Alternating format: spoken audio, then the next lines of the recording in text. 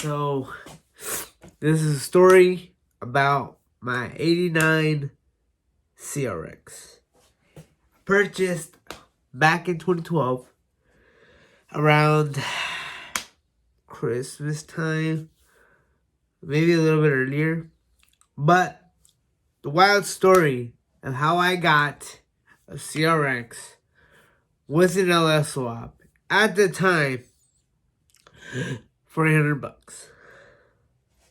So, a friend of mine had, or I don't know if he still has it, but I don't talk to him no more.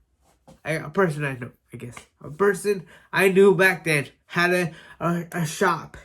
A race car shop. Yeah, whatever. Everybody has a race car shop. So I went over, hey, you guys got any cars for sale? You know, everybody's got a Honda for sale somewhere. And he was like, you know what, not right now, but when I do, I'll let you know. Cool.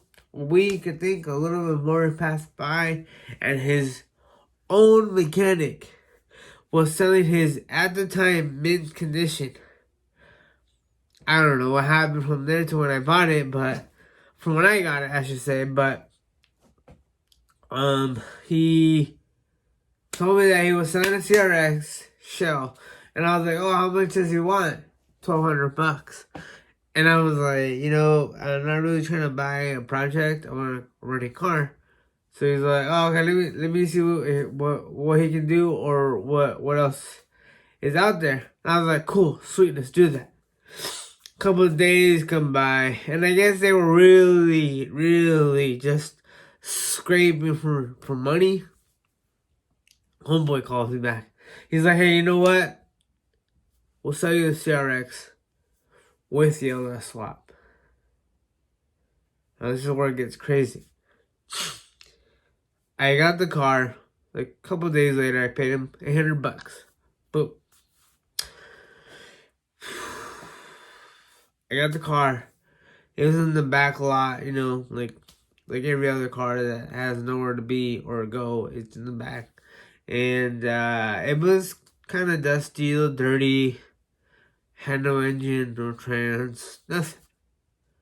So I was like, alright, cool. So when are we going to get this car running? I was thinking, you know, a week or two, tops. Nope. Took 6 months. Took 6 months until it was actually driving.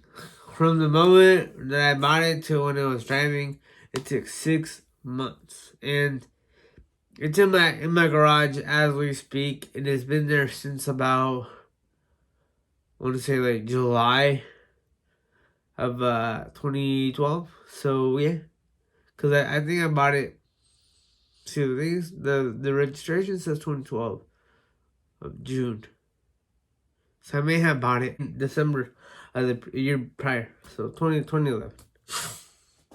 So that's how long it took for the car to get a motor. So this whole time he's already moved one shop. He's already moved from one location from where I originally bought the car to another where it was officially finished. And you know, the messed up part was that was the deal that we were on. He was gonna buy an LS swap, put it in, and that was it. I'm running, obviously, right? But I don't know if he was trying to pull his own connections and whatnot. At the end of the day, he ended up getting the swap from a friend of his, who I guess took it out of his own car because he was gonna go GSR, whatever. I don't know, that might have just been the story he told me right then and there. But I think he didn't really want to put that motor in my car because it was, to be honest, when I saw it, it looked pretty clean. It looked pretty good. It looked like he legit bought it from like an importer because it looked pretty pristine. Nothing was like scratched. It looked like it was well taken care of, you know. It had axles, it had the whole thing to just drop in. So I was like, that's a pretty good deal, you know. I don't know how much I paid for it, but that didn't matter to me because I paid for a car that was supposed to have a swap. So At the end of the day, I don't know what happened. I was at this point 6 months in. I was like, bro, let's just get this car running. I think he picked up like the shittiest LS block he had in the back. The one that's like in the back used as like an anchor. You know what I mean? Like that one that's all like exposed to the elements. That one. Cause I think I even cleaned it. I remember even cleaning it for like 3 days. You know, getting all the grime and dirt and whatever was on it on the valve covers and everything. Cleaned it up. Ended up dropping it in. His friend, who was the wiring guy, he wired it up.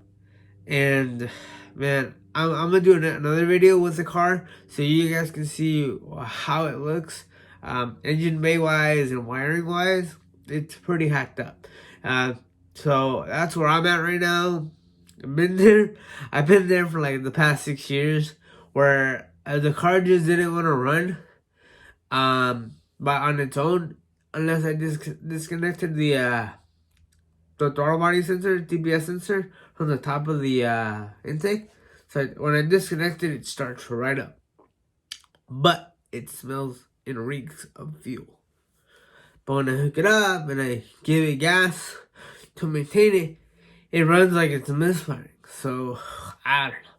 The RPM is going to lag to go up. It doesn't go, but when I disconnect it, it just, let's go. But that's where I'm at. I did buy another ECU 4N LS, and that's where I stopped. I stopped because it finally ran perfectly, and I didn't have to disconnect anything. So that's where I'm at with the car. But the next video that I post of it, I'm gonna post a couple pictures here and there of the car, but I want to do a proper video of the car. Just so you guys can see it. And I don't know, I want to introduce this car, this build, into this channel without really taking so much away from my Volkswagen.